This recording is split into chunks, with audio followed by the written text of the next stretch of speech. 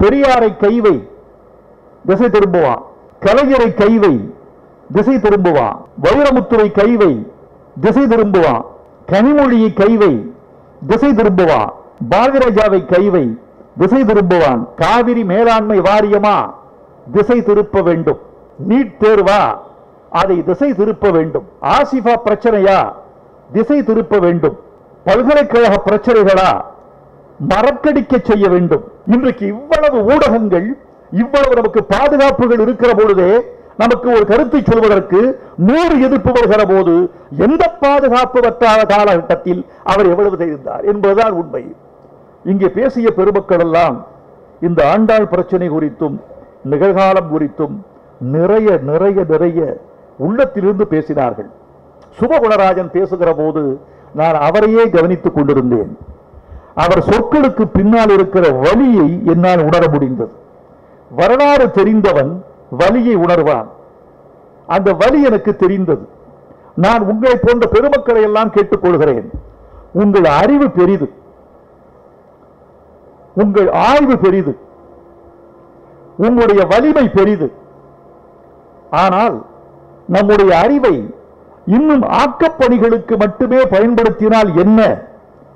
இன்னும் ஒரு பெரிய சமூகம் நமக்காக காத்திருக்கிறதே, இதை கடந்து அங்கு கொண்டு செல்ல வேண்டாமா? நம்மை திசை திருப்புவதற்கான ஒரு திட்டமிட்ட நிகழ்ச்சி சமூகத்தில் நடக்கிறது என்பதை நீங்கள் அறியவில்லையா? ஒரு பிரச்சனையை திசை திருப்புவதற்காக திட்டமிடப்படுகிறது என்பதை அறிவுலகங்களும் ஊடகங்களும் அறிந்து கொண்டால் நம் பிரச்சனையின் கூர்மை குறையாமல் இருக்கும் என்று நான் நம்புகிறேன். காவிரி மேலாண்மை வாரியமா திசை திருப்ப வேண்டும். நீட் தேர்வா அதை திசை திருப்ப வேண்டும். ஆசிஃபா பிரச்சனையா திசை திருப்ப வேண்டும். பல்கலைக்கழக பிரச்சனைகளா மறக்கடிக்க செய்ய வேண்டும்.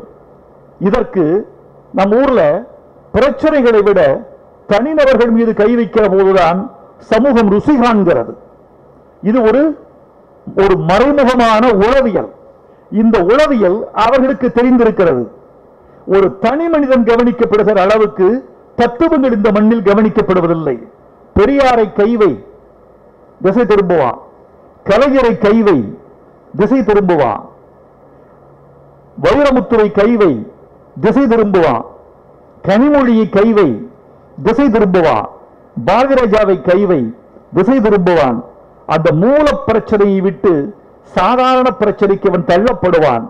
ஒரு சின்ன நீங்க சாப்பிடுறீங்கல்ல ஒரு மருந்து, தலைவலிக்கு ஒரு மருந்து, அது தலைவலியை போக்கி விடுவதற்காக தரப்படுவதே அல்ல.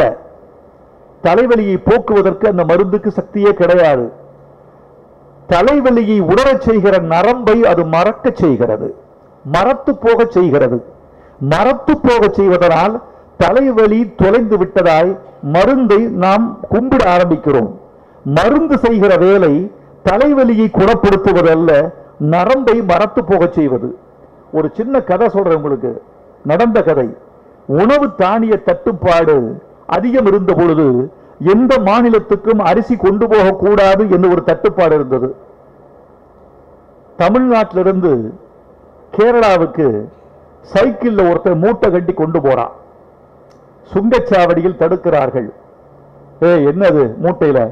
ஒண்ணு இல்லைங்க, அரிசி தானே. இல்லைங்க, பிரிச்சு பார். பிரித்து பார்த்தால் மணல். அரிசி மூட்டை அல்ல, மணல் மூட்டை. விடுங்கப்பா, போயிட்டான். மறுநாள் அதே சைக்கிள், அதே மூட்டை, அதே ஆள். அரிசி தானே? இல்ல, மணல். சரி சரி விடப்பா. அடுத்த நாள் அரிசியா? இல்ல, மணல். போய் தொலை. ஒரு மாதம் கழித்த பிறகுதான் கண்டுபிடித்தார்கள் அவன் அரிசியை கடத்தவில்லை, நித்தம் ஒரு திருட்டு சைக்கிளை கடத்தி கொண்டிருந்தார் என்று. தினந்தோறும் ஒரு சைக்கிளை திருடுவது, பின்னால மணல் மூட்டை வைத்துக் கொள்வது, கவனம் எல்லாம் போலீஸ்காரனுக்கு மணல் மூட்டையில் இருக்கும். இவன் சைக்கிளை கடத்தி போய் கேரளாவுக்கு நடந்து வந்துடுவான் திருப்பியும். சட்டம் போட்டவன் ஒரு மூளையால் சிந்திக்கிறான், சட்டத்தை மீறுகிறவர் 2 மூளையால் சிந்திக்கிறான்.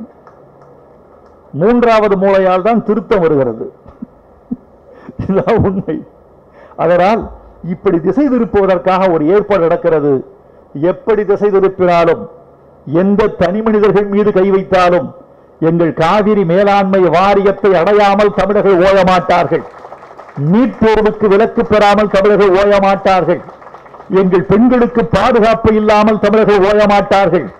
எங்கள் பாரம்பரியத்தின் மீது கை வைத்தால் 3000 வருஷத்து வீரமும் உங்கள் மீது பாயும். தமிழர்கள் கோழைகள் அல்ல, சாதுக்களும் அல்ல. தமிழர்கள் காட்ட வேண்டிய இடத்தில் தன் நிறத்தை காட்டுவான், தன் குணத்தை காட்டுவான். இவன் பொறுமையை கோழைத்தனம் என்று மாத்திரம் யாரும் குறைத்து மதிப்பிட்டு விடாதீர்கள்.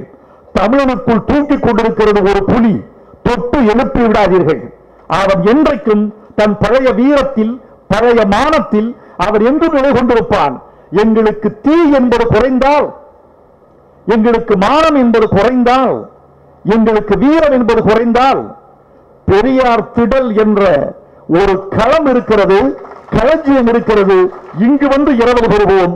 வாழ்க பெரியாரின் புகழ், வெல்க பகுத்தறிவு.